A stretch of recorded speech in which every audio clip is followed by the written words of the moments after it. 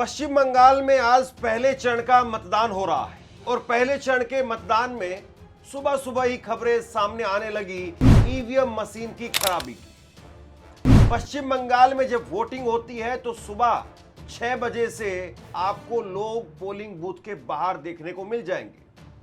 बाकी दूसरे प्रदेशों में ऐसा होता है कि रिपोर्टर अगर रिपोर्टिंग करने के लिए जाता है तो उसको ढूंढना पड़ता है कि किस स्कूल पर कहां पर ज्यादा भीड़ लगी है ताकि जाकर के मैं कुछ माहौल दिखा पाऊं। लेकिन पश्चिम बंगाल में इसके उलट माहौल होता है और तकरीबन हर स्कूल पर जबरदस्त माहौल बना हुआ रहता है। लेकिन सुबह सुबह ही अगर खबर सामने आ जाए कि ईवीएम मशीन नहीं चल रही है या काम नहीं कर रही है, खराब हो गई है, तो फिर क्या ही कहा जाए।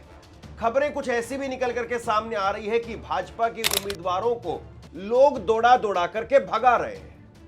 भाजपा के उम्मीदवारों को जब इतना कहा जा रहा है कि 2.5 लाख सिक्योरिटी फोर्सेस वहां पर लगाई गई है, 2.5 लाख जवान वहां पर तैनात किए गए हैं, तो भाजपा उम्मीदवार को सिक्योरिटी क्यों नहीं मिल पा रही, सवाल इस बात पर भी उठेगा।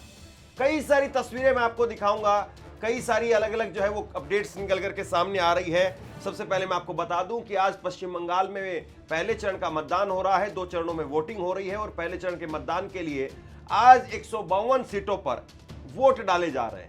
और 152 सीटों पर जब आज वोटिंग हो रही है तो अभी हमारे पास में जब ये खबर मैं रिकॉर्ड कर रहा हूं, सुबह 11 बजे के आंकड़े हमारे सामने हैं और सुबह 11 बजे के आंकड़े आप अपनी स्क्रीन पर देखिए कितनी वोटिंग हुई है।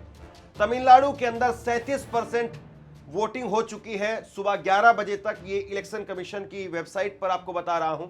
और पश्चिम बंगाल में फर्स्ट फेज में 41.11% की वोटिंग हो चुकी है।